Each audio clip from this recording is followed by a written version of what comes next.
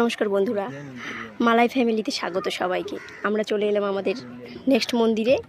এবার মালাই তো খুব মজা নিতে শুরু করে দিয়েছে গঙ্গা নদীতে। ও তো পুরো গঙ্গা নদীর জল ছুঁয়ে ছুঁয়ে আসছে বোটে করে।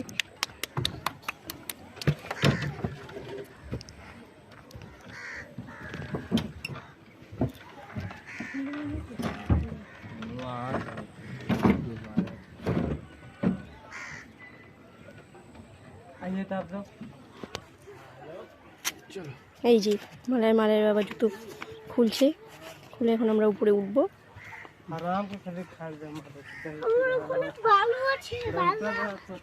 এবার আমরা যাচ্ছি। ঠিক আছে, সবাই বলছে আন্দার মে ফটো নেই খিচেগা। এই যে আমরা মন্দিরে এসে গেছি, এখানে পৌঁছে গেছি। মন্দিরের দেওয়ালে খুব সুন্দর সুন্দর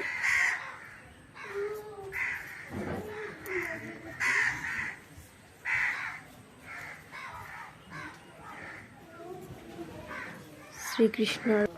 এই যে আরেকটি মন্দিরে আমরা আসছি, ওরা উঠছে। এবার আমরা একটা অন্য মন্দিরে যাচ্ছি। এই যে এই মন্দিরে আমরা গেলাম, কিন্তু ওখানে ফোন অ্যালাউ না জন্য আমরা করতে পারিনি। এখানে খুব সুন্দর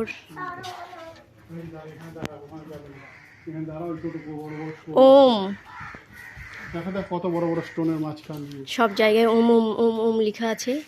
মালাই ফটো তুলতে ব্যস্ত।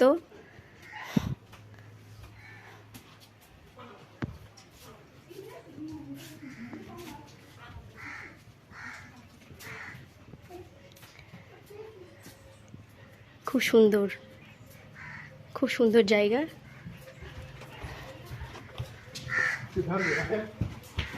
এখানে একটা বেল গাছ রয়েছে, অনেক বেল ধরে আছে।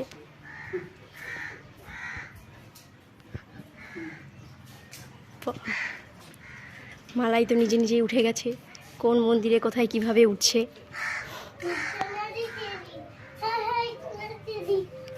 এবার আমার নাচ করতে শুরু করে দিয়েছে।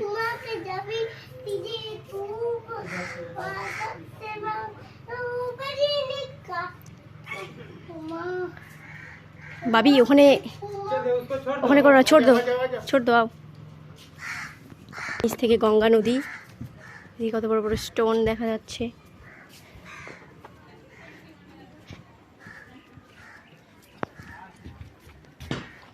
না এলে হয়তো আমরা জানতেই পারতাম না এত সুন্দর একটি জায়গা এখানে রয়েছে। পাও পাও, দারুণ।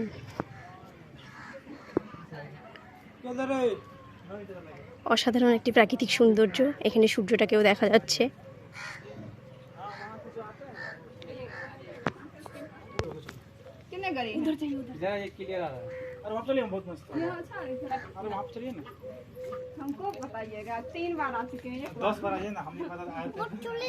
না না, বোট চলে যাবে না, থাকবে এখানে। আমরা মালাইকে দেখতে পাচ্ছি।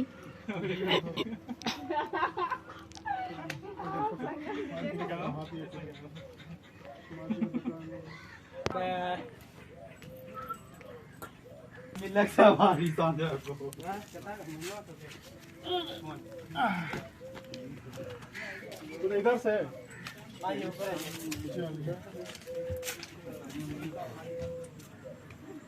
নিতে পারো একটা ফটো। ফটো তো তোমাকে তো না, ইয়ে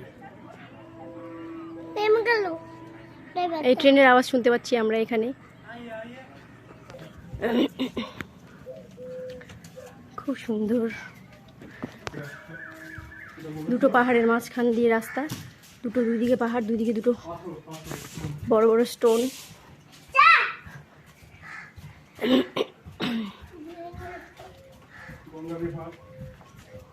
এর পাশেই গঙ্গা নদী। এটা একদম গঙ্গার মাঝে, গঙ্গার মাঝেই রয়েছে এই মন্দিরটা। এখানে একটা জয় শ্রীরামের মন্দির ছিল, কিন্তু ওটা আমি দেখাতে পারলাম।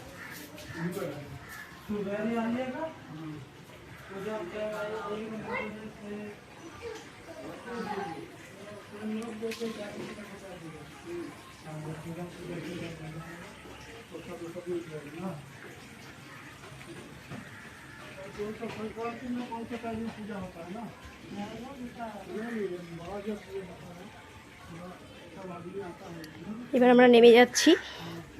এবার আমরা চলে যাব সোজা একদম পাড়ে চলে যাব, মানে কেহেলগাঁওয়ে যাব আমরা এখন। কেহেলগাঁও থেকে আমরা আমাদের কোয়ার্টারে চলে যাব।